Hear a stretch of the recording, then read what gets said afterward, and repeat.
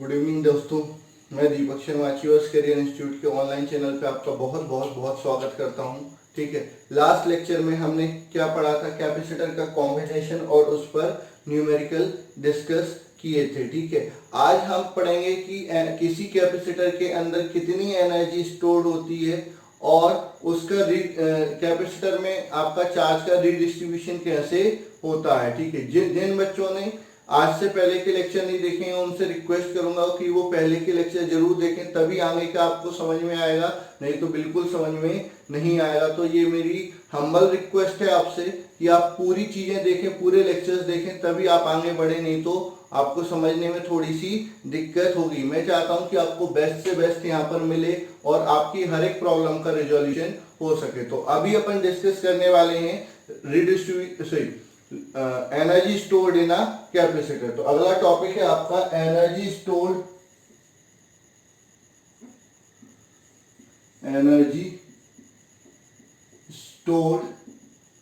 इन अ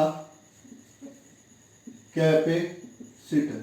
ठीक, किसी कैपेसिटर में कितनी एनर्जी स्टोर्ड होगी। तो let a capacitor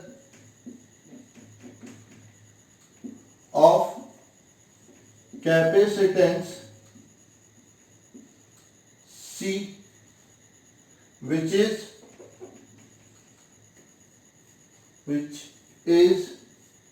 charged by charge Q so that its potential is V। ठीक है, हमने क्या किया, एक कैपेसिटर लिया जिसका कैपेसिटेंस क्या है, C है, उसको चार्ज किया किससे, चार्ज Q से, जिससे उसका पोटेंशियल क्या हो जाता है, V हो जाता है। ठीक है, अपन जानते हैं वी नो दैट Q बराबर CV, तो V बराबर Q बाय C। ठीक है, if charge of capacitor is increased by dq, then work done। ठीक है, तो आपका क्या हो जाएगा, dw बराबर v into D Q, dw बराबर v की जगह आप क्या लिख सकते हो, q by C into D Q on integrating both side,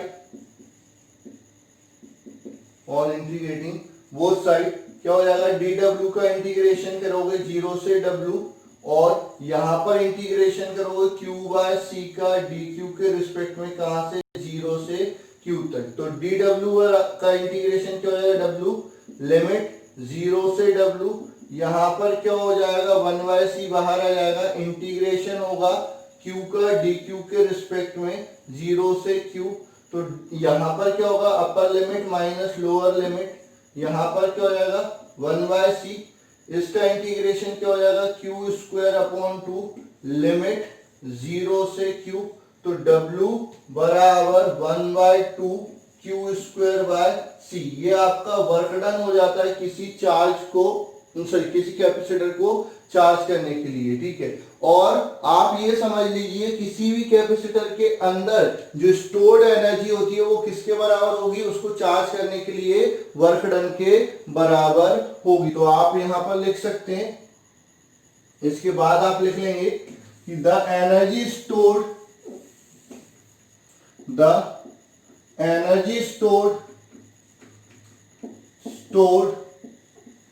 in capacitor is equal to amount of work done to charge it। ठीक है, यानी किसी भी कैपेसिटर के अंदर जो एनर्जी स्टोर्ड होती है वो उसको चार्ज करने के लिए जितना वर्क डन करना पड़ता है उसके बराबर होती है। वर्क डन ऑलरेडी निकाल चुके हो तो आपका U जो होगा वो क्या हो जाएगा, W के बराबर हो जाएगा और 1/2 Q स्क्वायर बाय C हो जाएगा। तो आपका U का एक फॉर्मूला आपका यहां से क्या हो गया, U बराबर हो गया आपका 1/2 Q स्क्वायर बाय C हो गया। ठीक है, अब अपन अच्छे से जानते हैं, वी नो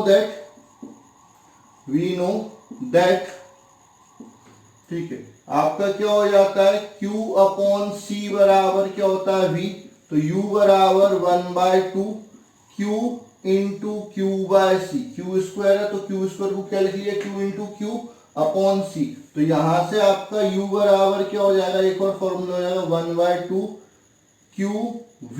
ठीक है, ये आपका एक और फॉर्मूला हो जाता है किसका, energy stored in a capacitor. Again Q बराबर CV, तो U बराबर क्या हो जाएगा 1/2 CV इंटू V, तो U बराबर क्या हो जाएगा 1/2 CV स्क्वायर हो जाएगा, U बराबर 1/2 CV स्क्वायर। ये energy stored in a capacitor हो जाता है। ठीक है, ये फॉर्मूला यहां तक पूछा जाता है। अब मैं आपको स्पेशल केस बता रहा हूं इसके लिए, एनर्जी डेंसिटी का, किसका, एनर्जी डेंसिटी का केस बता रहा हूं। तो एनर्जी डेंसिटी क्या हो जाएगी, एनर्जी डेंसिटी। ठीक है, तो आपका क्या होगा कि U बराबर क्या है 1/2 CV स्क्वायर। अगर 4 पैरेलल प्लेट कैपेसिटर, ठीक है, 4 पैरेलल प्लेट कैपेसिटर क्या होता है, C बराबर A epsilon naught by D, तो U बराबर क्या हो जाएगा 1/2 epsilon naught A by D into V। अब मैं क्या कर रहा हूं, D का मल्टीप्लाई और D का डिवाइड कर देता हूं, तो U बराबर 1/2 epsilon naught V square upon D square into A into D। अच्छा, A इंटू D क्या हो जाता है, वॉल्यूम हो जाता है, तो U बराबर 1/2 epsilon naught V square upon D square into small v मतलब वॉल्यूम हो जाएगा आपका, स्मॉल v मतलब वॉल्यूम हो जाएगा। अब इसको नीचे ले जाते हैं तो आपका u अपॉन स्मॉल v, यही क्या हो जाएगी आपकी एनर्जी डेंसिटी हो जाएगी। u बार से नोट कर देते हैं, कई लोग इसको स्मॉल u से नोट करते हैं, तो ये हो जाती है आपकी 1/2 epsilon naught v upon d का whole square.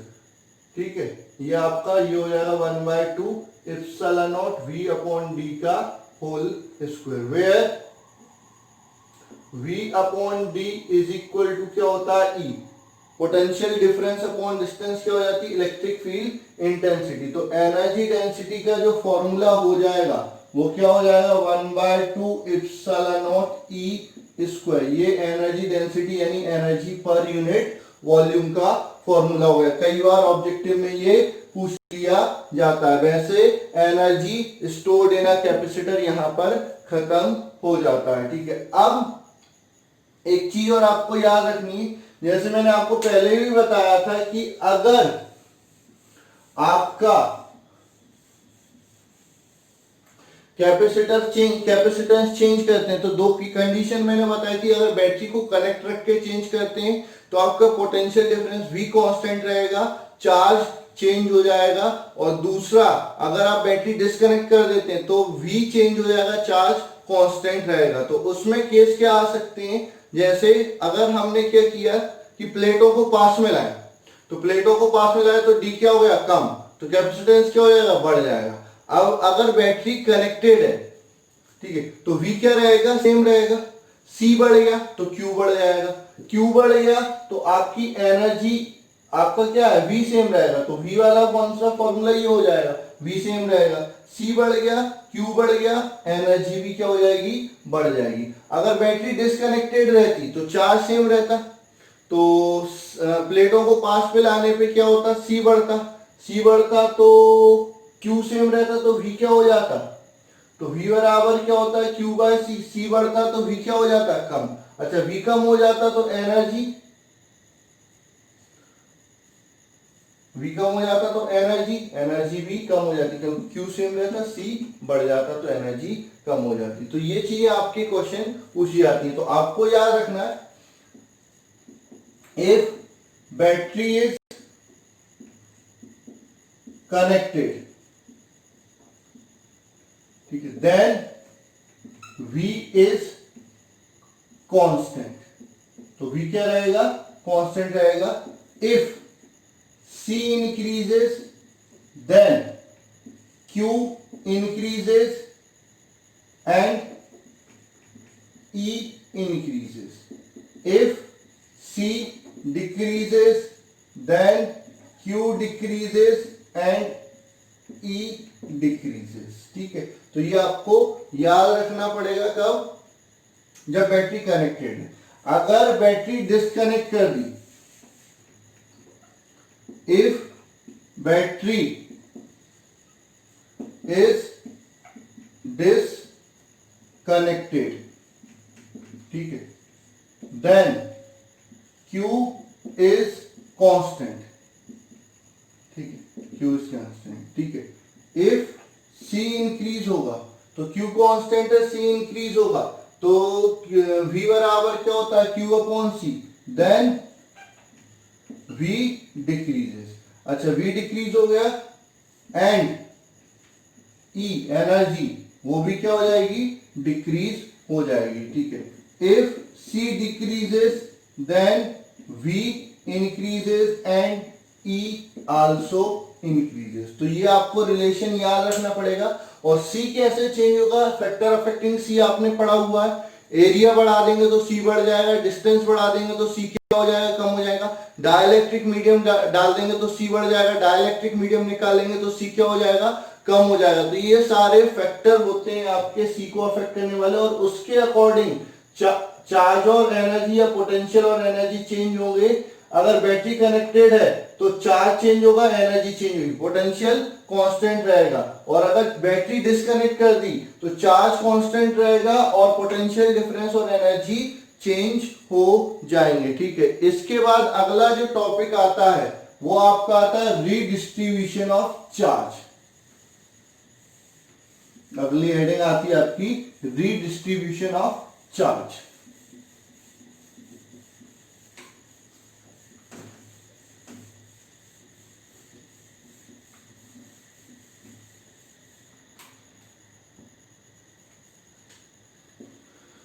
Redistribution of charge, ठीक है।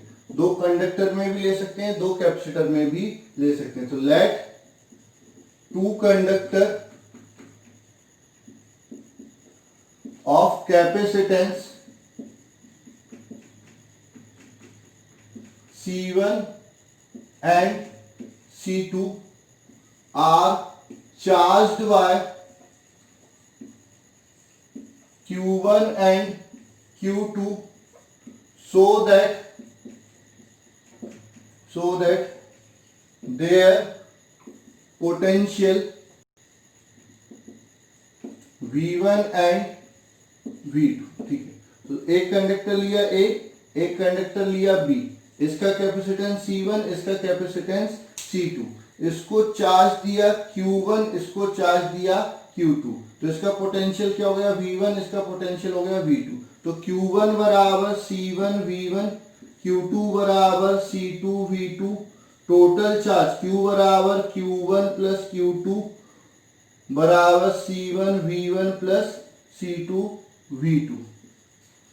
when conductor are placed in contact, then charge will transfer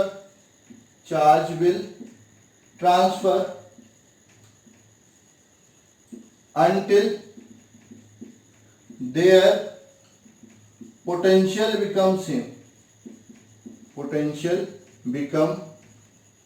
same, ठीक है। तो अब आप क्या कर रहे हो, ये दोनों कंडक्टर को कनेक्ट कर दिया एक दूसरे से, तो आपका चार्ज क्या हो जाएगा, ट्रांसफर होगा। कब तक, जब तक दोनों का पोटेंशियल सेम नहीं हो जाता, यानी V हो जाता। यहाँ पर चार्ज Q1 डैश हो जाएगा, यहाँ पर चार्ज क्या हो जाएगा, Q2 डैश। तो Q1 डैश बराबर क्या हो जाएगा, C1V। Q2 डैश बराबर क्या हो जाएगा, C2V। Again total charge Q बराबर Q1 dash plus Q2 dash, यानी C1V प्लस C2V। ठीक है, तो by law of conservation of charge, by law of conservation of charge क्या हो जाएगा, टोटल चार्ज बिफोर रीडिस्ट्रीब्यूशन बराबर टोटल चार्ज आफ्टर रीडिस्ट्रीब्यूशन। ठीक, तो यहां से क्या हो जाएगा आपका, ये हो जाएगा C1V1 प्लस C2V2 बराबर C1V प्लस C2V। तो यहां से क्या हो जाएगा, V कॉमन आ जाएगा, क्या बचा C1 प्लस C2 बराबर C1V1 प्लस C2V2। तो V बराबर क्या होगा, C1V1 plus C2V2 upon C1 plus C2। ये आपका नेट पोटेंशियल हो जाएगा, या दोनों का कॉमन पोटेंशियल हो जाएगा। अब नया चार्ज अगर आपसे पूछते हैं Q1 डैश, तो वो क्या हो जाएगा, C1V, यानी C1 into C1V1 plus C2V2 divided by C1 plus C2। अच्छा Q2 डैश पूछते हैं, तो ये हो जाएगा C2V, तो ये हो जाएगा C2 into C1V1 plus C2V2 divided by C1 plus C2, ये चार्ज है। इनका अगर रेशियो पूछते हैं Q1 dash upon Q2 dash, तो ये हो जाएगा C1 अपॉन C2 हो जाएगा। तो ये आपका रीडिस्ट्रीब्यूशन ऑफ चार्ज हो जाएगा। अच्छा, इस प्रोसेस में एनर्जी लॉस होगी कब, जब इनका साइज अलग अलग और रेडियस बराबर नहीं होगी, तो आपका क्या हो जाएगा, एनर्जी लॉस होगी। तो अब अपन बात कर रहे हैं energy loss during redistribution of charge की। किसकी बात कर रहे हैं बेटा, energy loss during redistribution of charge के बारे में बात कर रहे हैं। ठीक है, तो अगली हेडिंग आप लिख लेंगे, energy loss during redistribution of charge. ठीक है, तो क्या हो जाएगा, let two conductor of capacitance C1 and C2 have charge Q1 and Q2 so that their potential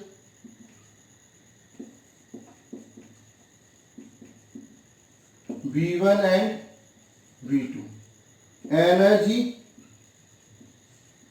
before redistribution से पहले एनर्जी क्या हो जाएगी, UI बराबर UIA प्लस UIB। ठीक है, energy stored in A, energy stored in B।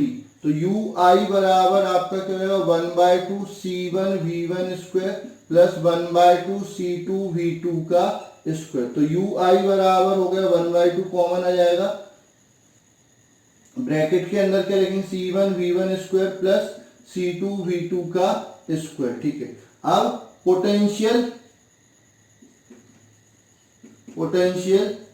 After redistribution of charge, redistribution of charge. Redistribution के बाद आपका पोटेंशियल क्या हो जाएगा, आपका V बराबर हो जाएगा C1V1 plus C2V2 upon C1 plus C2। ठीक है, तो ये आपका चार्ज हो जाएगा आफ्टर रीडिस्ट्रीब्यूशन। ठीक है, अब एनर्जी आफ्टर रीडिस्ट्रीब्यूशन कितनी होगी, ठीक है। एनर्जी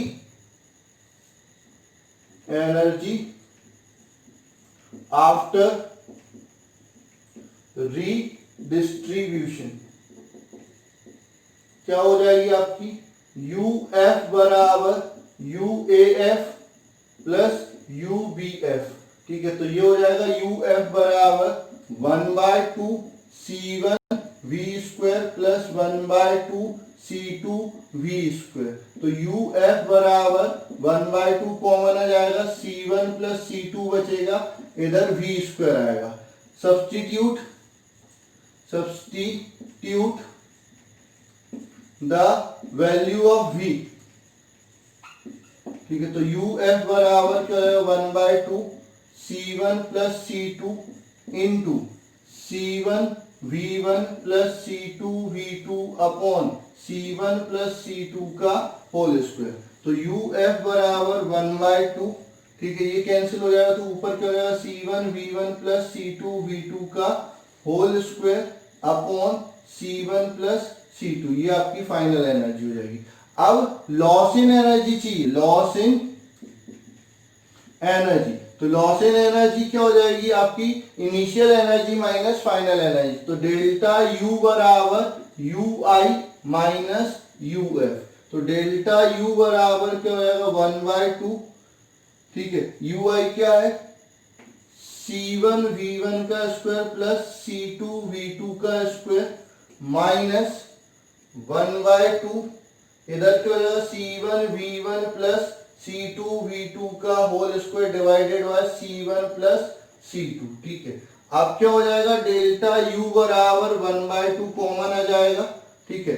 एलसीएम लेंगे तो क्या आएगा आपका, C1 प्लस C2, यहाँ पर क्या बचेगा, C1 V1 का स्क्वायर प्लस C2 V2 का square into C1 plus C2 minus यहाँ पर क्या आएगा, C1 V1 plus C2 V2 का होल स्क्वायर हो जाएगा। तो ये एनर्जी लॉस होगी। अब इसको और सॉल्व करते हैं, तो इधर हटा देता हूं मैं, बेटा ध्यान से देखेंगे, क्योंकि ये मोस्ट आईएमपी क्वेश्चन है बोर्ड एग्जामिनेशन के लिए, चाहे आपका सीबीएसई बोर्ड हो, चाहे आपका एमपी बोर्ड हो, इवन कॉम्पिटिटिव एग्जाम में भी इस पर भयंकर क्वेश्चन पूछे जाते हैं। तो डेल्टा U बराबर क्या हो जाएगा, 1/2 कॉमन, पहले C1 का पूरे में मल्टीप्लाई करेंगे, तो C1 square V1 square plus C1 C2 V2 का square plus C1 C2 V1 का square plus C2 square V2 square, ठीक है। उसके बाद माइनस, इधर ओपन करेंगे तो a प्लस बी का होल स्क्वायर, इसको पूरे को a मान लो, इसको पूरे को b मान लो, तो ये a प्लस बी का होल स्क्वायर क्या हो जाएगा, C1 square V1 square plus C2 square V2 square plus twice of C1 C2 V1 V2, ठीक है। उसके बाद नीचे क्या हो जाएगा आपका, C1 प्लस C2। तो डेल्टा U बराबर क्या हो जाएगा, 1/2, यहाँ पर क्या हो जाएगा, C1 square V1 square plus C1 C2 V2 का square plus C1 C2 V1 का square plus C2 square V2 square minus C1 square V1 square minus C2 square V2 square minus twice of C1 C2 V1 V2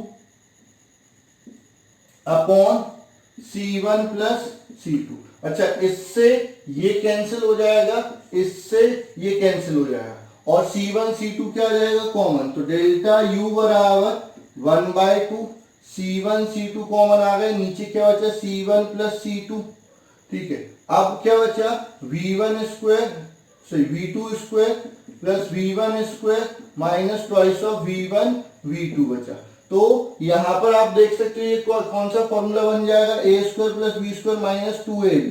तो इसको अपन लिख सकते हैं delta U बराबर 1/2 C1 C2 upon C1 plus C2, ये हो जाएगा आपका V2 माइनस V1 का होल स्क्वायर। तो ये आपका हो जाता है loss of energy during redistribution of charge. तो अपन ने आज कौन कौन से डेरिवेशन पढ़े, पहला डेरिवेशन आपका पढ़ा energy stored in a capacitor, दूसरा अपन ने उसी में एक पार्ट देख लिया था एनर्जी डेंसिटी।